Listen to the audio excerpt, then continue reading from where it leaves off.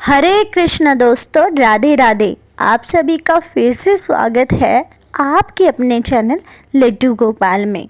दोस्तों, तेरा तुझ में अर्पण, क्या लागे मेरा, ये भाव तो आपने सुना ही होगा। और जिस व्यक्ति का ईश्वर के प्रति प्रेम होता है, जिस व्यक्ति के मन में ईश्वर के प्रति भावना उत्पन्न होती है, तो वो व्यक्ति अपना प्रत्येक जीवन अपने सोने द्वारा सब ईश्वर को ही समर्पित कर देता है। तो दोस्तों, आज का प्रसंग भी कुछ इसी प्रकार है। यह सच्ची घटना सुनकर आपके रोंगटे खड़े हो जाएंगे।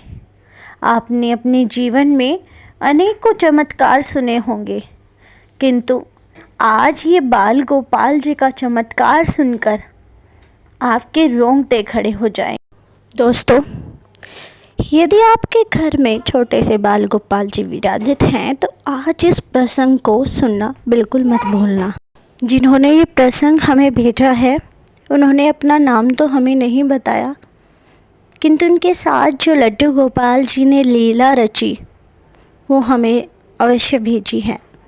दोस्तों, वो कहती हैं कि मैं जब छोटी सी थी तो हमारे घर में बाल गोपाल जी की बहुत दिल से सेवा हुआ करती थी। बचपन से ही मैं बाल गोपाल जी की सेवा देखकर मेरे मन में भी बाल गोपाल जी के प्रति प्रेम उत्पन्न हो चुका था। मैं अपने परिवार में अपनी मायके से ही बाल गोपाल जी की सेवा किया करती थी।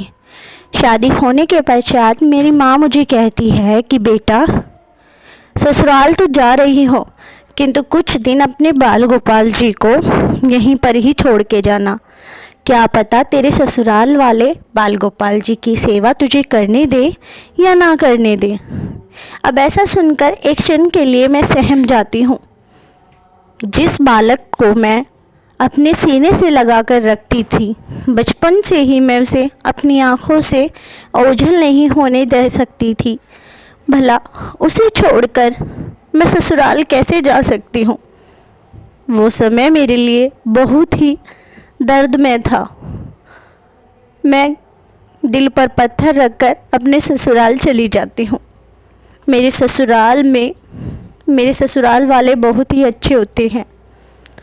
वो मुझे बहुत प्यार भाव से रखते थे, मुझसे बहुत प्रेम करते थे और मेरी चिंता भी किया करते थे। मेरे ससुराल में मैं, मेरे पति और मेरे ससुर, हम 3 जने ही रहते थे। अब एक दिन ऐसा हुआ कि मुझे अपने मायके आना था, तो मैंने अपने ससुर जी से दिल पर पत्थर रख के कह ही दिया कि पिताजी, क्या मैं अपने बाल गोपाल जी को भी यहाँ पर ला सकती हूँ। एक क्षण के लिए मैं घबरा रही थी कि कहीं ये मना ना कर दे, किंतु मेरे ससुराल वालों में लड्डू गोपाल जी के प्रति इतनी भावना मैंने पहली बार देखी थी। वो कहते हैं कि बहू, भला परमात्मा को भी अपने घर से ना लाने की मनाही कोई कर सकता है?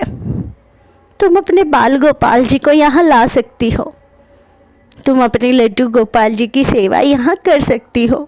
मानो मेरा मन बहुत ही खुश हुआ। इस बात को सुनकर मेरे मन में उमंग उत्पन्न हो गई। मैं मन ही मन बहुत प्रसन्न थी। मैं अपने ससुराल वालों की ये बात सुनकर अपने लड्डू गोपाल को बार बार याद कर कर कह रही थी कि लड्डू, अब तो तुझे मेरे पास आना ही होगा। अब ऐसा कहकर वो अपने मायके चली जाती है और मायके से अपने लड्डू गोपाल जी को ससुराल में ले आती है। वो बेचारी इतनी प्रसन्न रहती है कि हाय मेरा लड्डू गोपाल। अब उनके परिवार में जो ससुराल था, उसमें उनके ससुर, उनके पति और वो तीनों ही बाल गोपाल जी को बहुत ज़्यादा प्रेम करने लगे थे।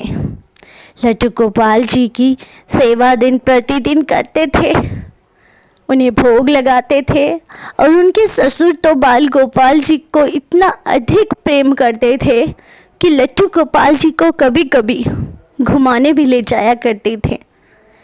अब ऐसे ही जीवन व्यतीत हो रहा था उनके ससुर का लकड़ी का व्यापार था।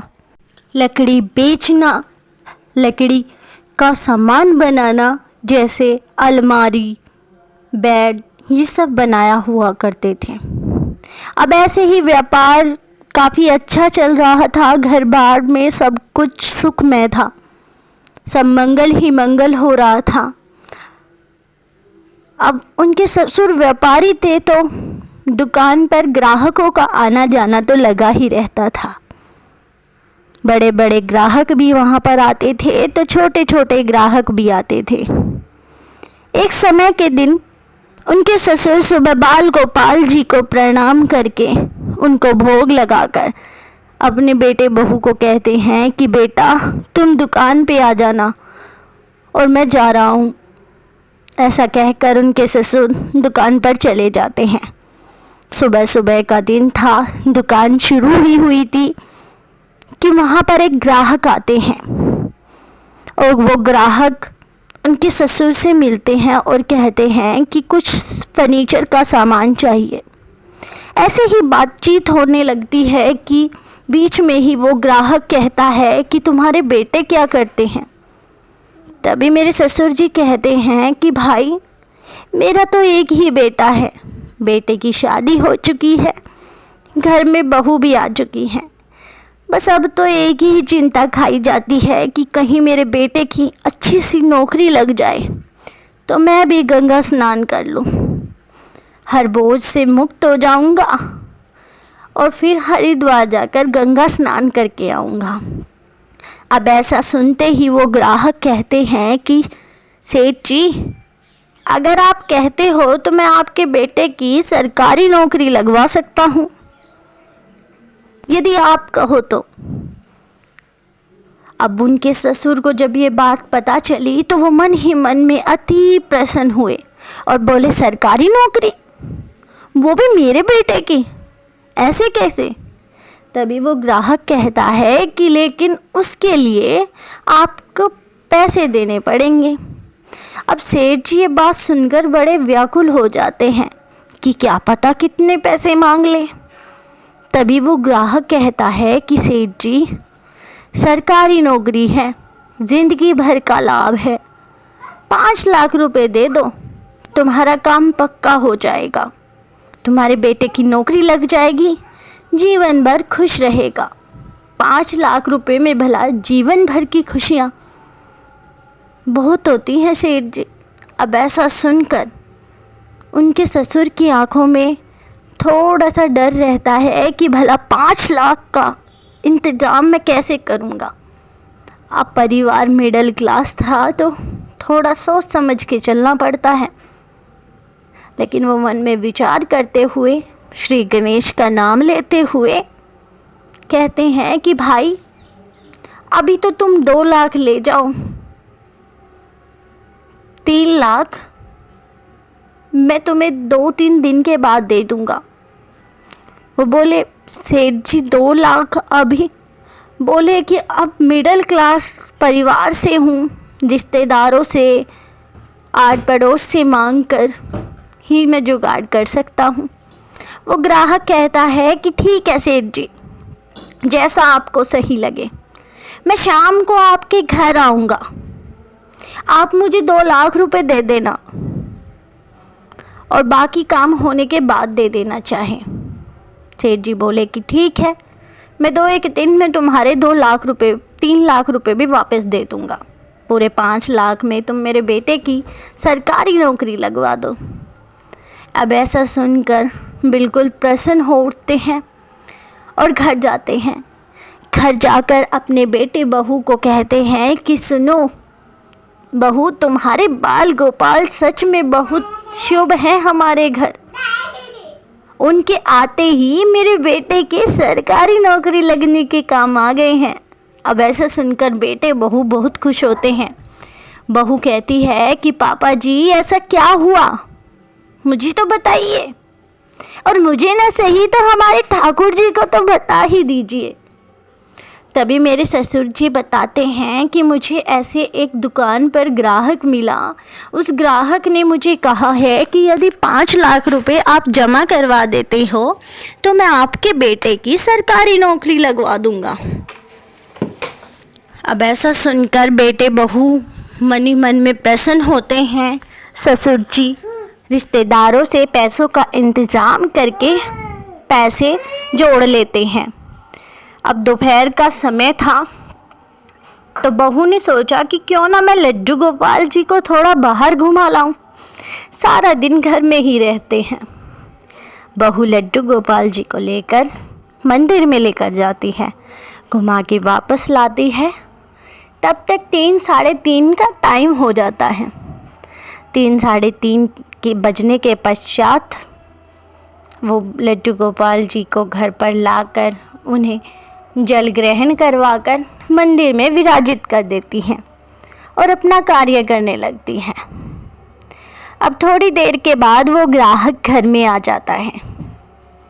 ग्राहक घर में आने के पश्चात उनके ससुर जी बहू से कहते हैं कि बेटा, जो मैंने तुम्हें 2 लाख रुपए दिए थे, क्या तुम वे पैसे ले आओगी? बहू अपने कमरे में जाने से पहले लड्डू गोपाल जी के पास जाती है और वहाँ पर देखती है कि लड्डू गोपाल जी तो है ही नहीं।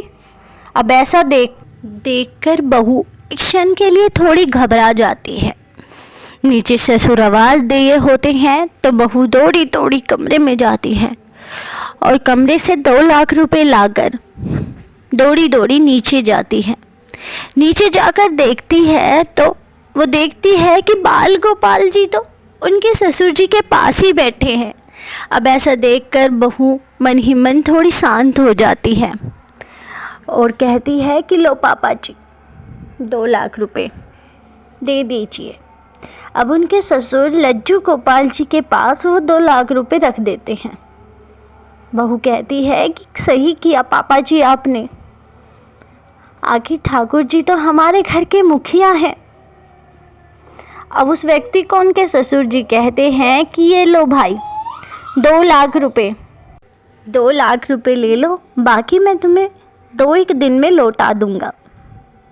लड्डू गोपाल जी के सामने वो 2 लाख रुपए रखे थे और कहते हैं कि इन्हीं से ही ले लो तुम, ये तो हमारे घर के मुखिया हैं, करता धरता तो हमारे घर के ये ही हैं, तुम इन्हीं से ही ले लो। अब वो व्यक्ति ठाकुर जी के सामने से पैसे उठाता हुआ बड़ा हिचकिचा रहा था। वो कहता है कि सेठ जी आप ही दे दीजिए ना। तभी बहू कहती हैं कि सेठ जी से बड़े सेठ जी तुम्हें दे रहे हैं तो उनसे लेने में क्या शर्म। उस व्यक्ति की हिम्मत ही नहीं हो रही थी कि ठाकुर जी के सामने से वो पैसे भी ले ले। अब वो व्यक्ति बात टालने लगता है कि मुझे अभी कहीं जाना है, मुझे बहुत ही ज़रूरी काम आ गया है, मैं कल आकर आपसे पैसे ले लूँगा। और वो ये बात टालकर चला जाता है। अब बहू को और ससुर को ये बात थोड़ी अटपटी लगती है कि एकदम से पैसे लेने आया और ठाकुर जी के सामने से पैसे भी नहीं लिए, कुछ तो बात होगी बहू। अब ऐसा करते हुए वो ठाकुर जी को लेते हैं और उनका स्नान ग्रहण करवाने लगते हैं, उन्हें भोजन ग्रहण करवाते हैं, संध्या की आरती होने लगती है। अब अगले दिन वैसे ही फ़ोन आता है उस व्यक्ति का। वो व्यक्ति कहता है कि मेरे घर में कुछ गलत हो गया है, इस कारण मुझे अपने घर जाना होगा, मैं 2-1 दिन में आऊँगा और आपसे पैसे ले लूँगा। अब ये चिंता का विषय बन गया था। ऐसे ही सेठ जी दिन प्रतिदिन की तरह अपनी दुकान पर जाते हैं।